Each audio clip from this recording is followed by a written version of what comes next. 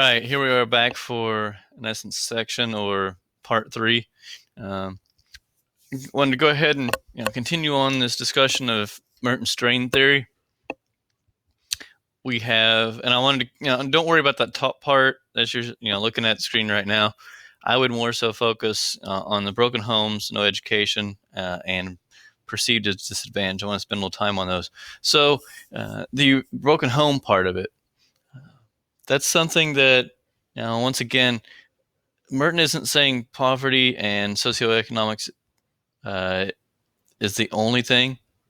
But he is saying it's a big part. But some of the things that he mentions, and at least we need to think about, are the idea of, for instance, this broken home. It says the likelihood of someone being deviant, delinquent as their youth, or being involved with crime in some form or fashion when they come from a broken home is much higher, especially in a home environment where there is no presence of a father, or at least an absentee father, in terms of either A, not being there, or B, being there intermittently and not really having much to do with the child. It doesn't matter if it's a son or daughter or anything like that. They've actually shown that has a larger impact on the likelihood of crime and criminal behavior, more so than so many other factors. For example, this is something that was a lot of times there are different groups out there that will try to say that for instance, that law enforcement is racist. And I'm not saying there has never been any discrimination in any way at different points in time, but it is interesting to look at the crime rates for, and to go even farther than that, the crime rates and also incarceration rates of people who grew up in homes without a father, and it's even been done based on, they've broken it down into demographics, races, and etc.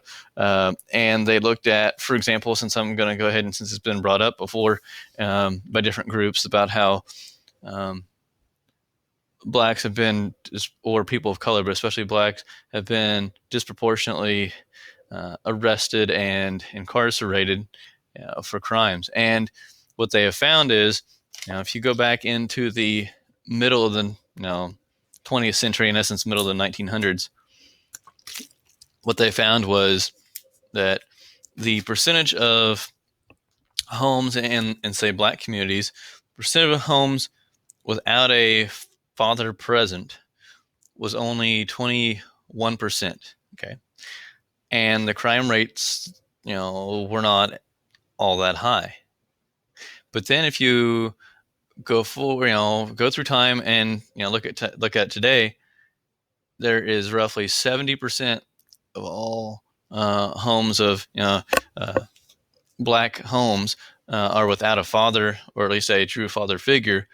And throughout that time, where it's changed from, which actually a lot of it changed in the 1960s, and that we'll talk about how the government unfortunately made that more of an appealing thing to do for some individuals and culture. So, but needless to say, if you follow that trend of, and this has been true with every race and every group, but say race for this sake, the number of homes, a percentage of homes without a father or paternal influence, as that goes up, so does crime, so does rate of incarceration. So it's just really interesting, and I think it's pretty self-explanatory. Plus, the stresses you have for a lot of people with different broken homes. So, all right, another one I want to hit on is no education, meaning those that have either no education, they could have dropped out as early as junior high. In some states, they're allowed to do that. There's some that they basically, their education system, or in their city or where they grew up, was lackluster, and it basically didn't do a very good job of preparing them for life or anything, or the environment around that school was bad, such as a lot of crime, a lot of stress, things like that. That can impact success rates, because if you don't learn anything and you don't learn any skills that you can use, to better yourself, in terms of educating yourself in college, or even getting a good job out of from once you graduated high school, there are still good jobs out there.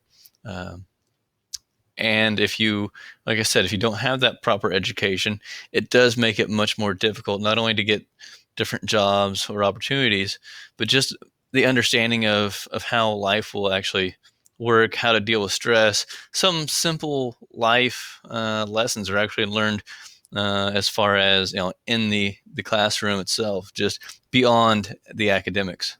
So that's another thing that's been influenced, as well as they say that if parents try to teach their children particular ideologies that are not accurate, then those same ideologies will impact someone's ability to think clearly, rationally, and like I said, critical thinking is important.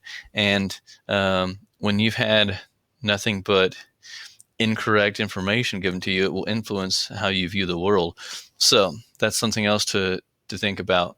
Perceived to disadvantage, we'll talk about this in terms of those people who have been, you can call them perpetual victims. These are the people who will constantly find someone or something else to blame for their problems, constantly want to play the victim role or card, um, instead of dealing with their own life situations. Instead of trying to pick themselves up and improve, they simply look to something else to blame. And when you have that type of mentality, you can basically, they tend to uh, try to justify any criminal behavior they do as being acceptable, and then they list the reasons why, and why they have been put under a more difficult stress, or have been put in situations that were worse than anybody else. So that's something I just wanted to cover real quick. Try took longer than I really intended, but another important question for you to see down here: why? And I guess I could ask it this way: most who are tonight aren't deviant, and why is that? Because we all have free will. Essentially, we all have the ability um, to look at something and to choose to either live in that self world of self pity and all that, and to think of yourself as being disadvantaged, or cynical, whatever, or you can choose to take the higher road and put in a little bit of work, or um, make some changes. All right. So the next thing I do want to cover is going to be modes of adaptation, and that will be in a separate video because I know I'm going to need a little bit more time for that. So, all right. So next time I see you, or well, won't see you, but next time I talk to you, we will be discussing the 5 modes of adaptation, and we are still in Merton's strain theory. See you then.